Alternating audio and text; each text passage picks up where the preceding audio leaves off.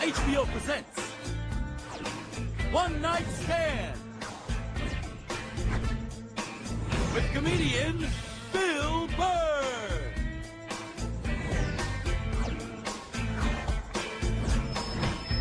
Ladies and gentlemen, Bill Burr.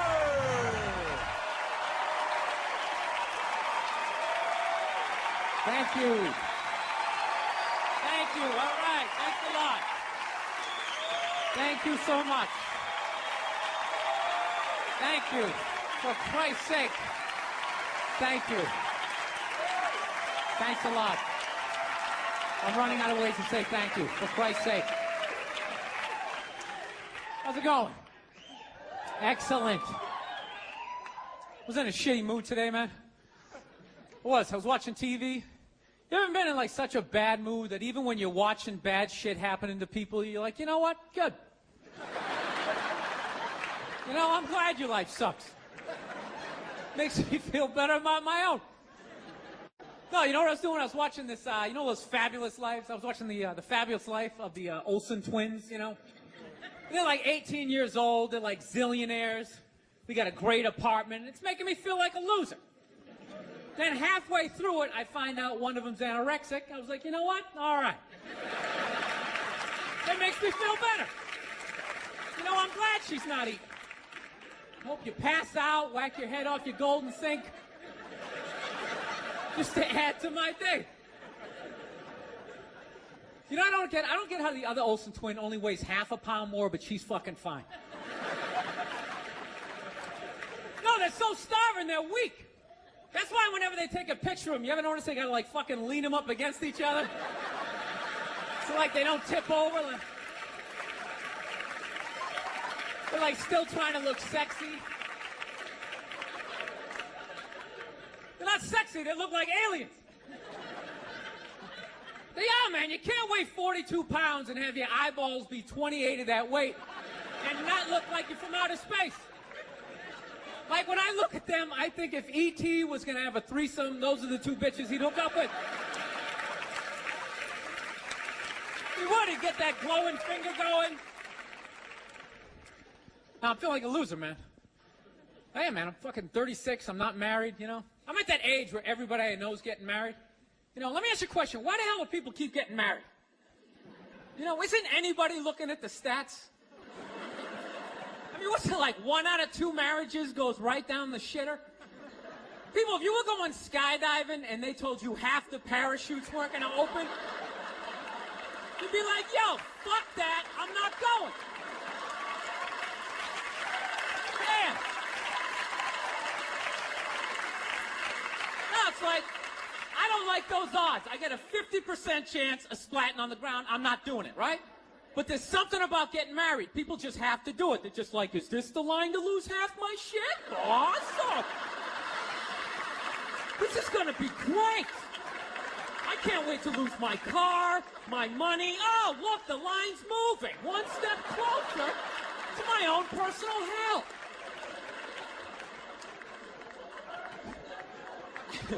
No, I don't think I could ever get married, man. Married dudes freak me out. Anytime you ask a married guy, what's it like being married, they always tell you it's good, but they always have a look on their face like they have like an appendicitis. You ever notice that? You're like, dude, what's it like being married? Like, you know, it's good. It's good. It's, no, it's good. It's enjoyable, you know. It's a lot of work, but, you know, I think when you meet that special someone, there's a connection, and I can't feel my legs. Let me just lean over here. You know, a woman completes a man, and some other metaphor.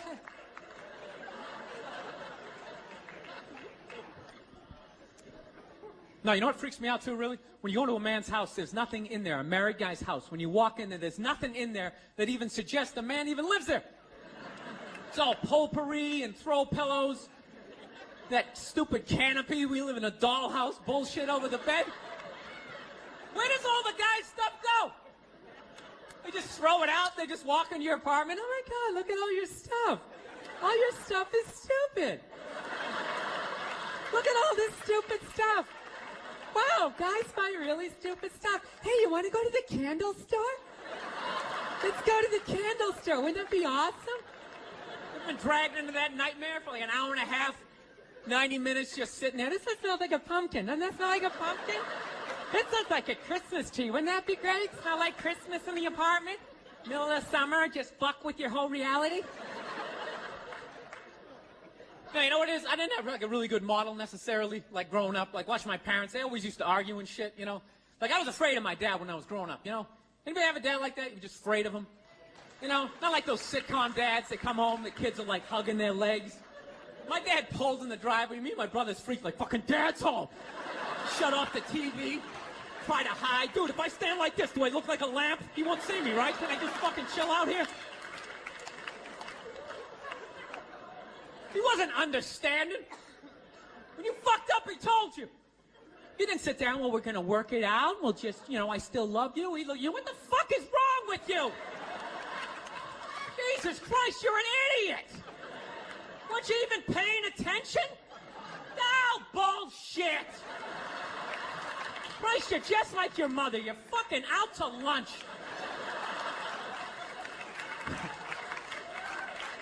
That was my dad. No matter what he was bitching about, somehow he would make it about my mother.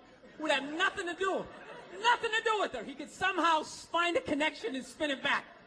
He'd have said, oh, is it raining out? Oh, for Christ's sake, I don't need this shit. Christ, it's the same goddamn thing with your mother. That woman is a fucking cloud hanging over my life. Anytime you got an idea, Christ, she shits all over it. No, he was hilarious. He used to work all the time, so he didn't really have like any friends or anything. So he used to talk to me when I was 8 years old like I was a fucking bartender. Just dumping all this shit on me. Like playing in the sandbox, he'd be coming up. I'll tell you, I don't know what the fuck I ever got married for. I'll tell you, man, I'm gonna get the fuck out. I swear to God. One of these days, I'm gonna get in the car. I'm gonna fucking drive out of here. Your mother's a bitch, Billy. Do you realize that? The woman is a fucking bitch. Is that too real for you guys? You fucking know what I'm talking about.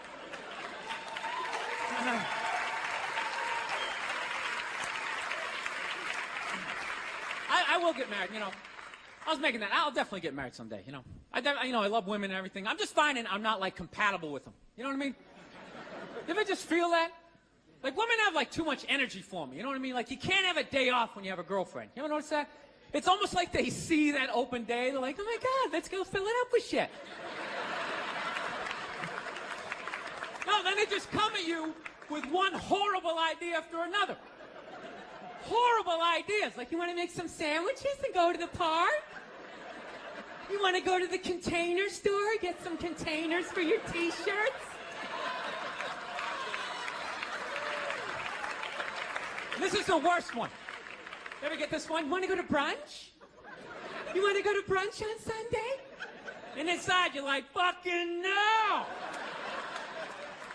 But you can't say that, right? You gotta keep them happy. So what do? You agree. Like, yeah, let's go to brunch. What a great idea.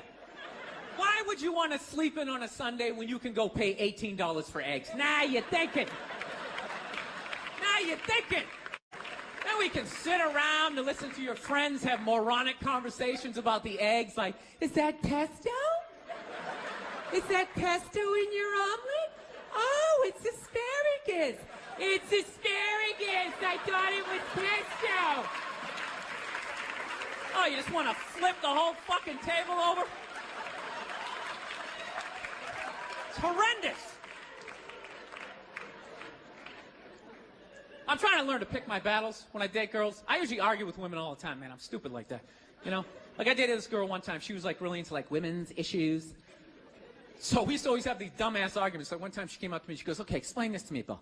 Why does a guy make more an hour to do the exact same job, huh? I go, I'll tell you why. Because in the unlikely event that we're both on a Titanic and it starts to sink, for some fucked up reason, you get to leave with the kids and I have to stay. Hey, that's why I get the $1 more an hour. Well, think about it. If there's a house fire, it's always women and children first. I got to stand there with, like, the back of my shirt on fire going, let's go, people, let's go, let's go. So that's how I look at it. No, it's $1 an hour surcharge. that if something fucked up happens, either I can't leave or I gotta, like, get in the way of it to give you a head start, like, rabid dog, run, honey, 1 Mississippi, 2 Mississippi. You hear a bump in the night, I gotta go check it out, like, yes, he does have a knife. Anytime there's a hostage situation, who do they negotiate for first? Well, at least let the women and children go. Well, what about me? Bullets hurt me, too. Why the fuck do I gotta stay in the vault?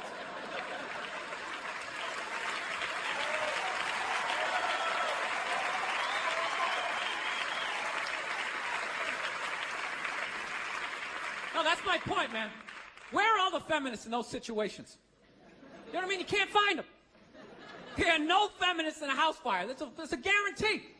You could take the most hardcore feminist, some chick right in your face, like, you chauvinistic son of a bitch, little short, little haircut, the whole 9 yards, right? Second those flames break out, she's gonna twist those little hairs into pigtails. No, I'm just a girl. I want to go play jump rope. And leave you standing in a burning house like you're not flammable. You know, but I'm not a dick, though. I'm not saying I think a woman should make $1 less an hour to do the same job. All I'm saying is if you're gonna make what I make when the boat sinks, you better be standing right there next to me, listen to that guy play the cello. Then you get the corner office. You get all the benefits or whatever. So anyways, I was watching George Bush today, man. That guy scares the shit out of me. No, not because, like, oh, you know, all that political stuff. He's just, like, too into Jesus for me. I get uncomfortable with that. When people get, like, overly religious, it kind of freaks me out, you know? You know what I mean? Like, I don't mind. I don't mind when, like, black people get really into Jesus, though, you know? Because, like, somehow, like, the shit stays spiritual. You know, you get a couple of good songs out of it. You know what I mean? People look like they're having a good time. Somehow when, like, white dudes get too into Jesus, all of a sudden, like, shit catches on fire. People start dying, somebody says they're Jesus, and they try to fuck every chick in the compound. Then the FBI's got the place surrounded, that tank comes in shooting the flames out the front. And I'm not saying white dudes are any more crazier than black dudes, it's just that nobody's watching us. That's the problem. That's too much freedom. It's kind of like living alone, you know, that same kind of fucked up freedom. You ever feel when you live alone, you, like, slowly go crazy? You know, because you got too much freedom, because everybody does crazy shit.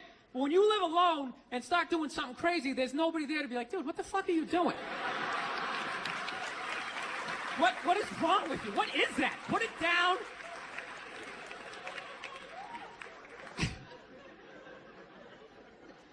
My girl's actually, she's really, like, religious. She goes to church every week, and I never go, and it freaks her out. She's like, why don't you go to church? You don't believe in God and heaven and hell and all that stuff? Why don't you go? And it's not because I don't believe in a higher power. I definitely do. My thing is when I go to church, I can't get past the fact that I'm just listening to some fucking guy. You ever think of that shit when you go in there? That's just some dude. And people are like, no, that's a special guy. No, it isn't.